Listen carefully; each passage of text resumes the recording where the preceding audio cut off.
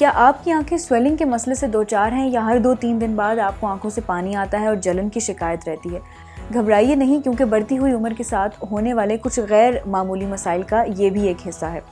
आंखों में होने वाली सूजन की जहां बहुत सारी वजूहात हो सकती हैं, उनमें से एक जेनेटिक अवामिल, जबकि दूसरी कुछ ऐसी अनहेल्दी हैबिट्स हैं जो मेरे और आप जैसे लोग अक्सर अपनी रूटीन में फॉलो कर रहे होते हैं, जिनकी वजह से हमारी आंखों को मुश्किलात का सामना करना पड़ता है। सैयदती.नेट में शाया होने वाली रिसर्च के मुताबिक कुछ ऐसे गैर रिवायती तरीके जैसे आंखों के नीचे खीरे रखना और एक्सपेंसिव नाइट क्रीम्स यूज़ करने के अलावा आपके लिए ज़रूरी है कि आप सबसे पहले अपनी आंखों में होने वाली सूजन से मुतालिक रीजंस के बारे में जानने की कोशिश करें।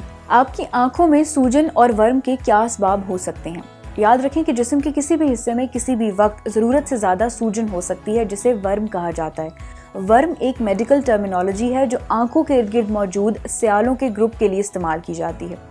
आंखों के इर्द गिर्द मौजूद स्किन इंतहाई डेलिकेट और सेंसिटिव होती है, इसीलिए ये वर्म आगे चलकर स्याह हल्कों में भी तब्दील हो सकते हैं, जिन्हें डार्क सर्कल कहा जाता है।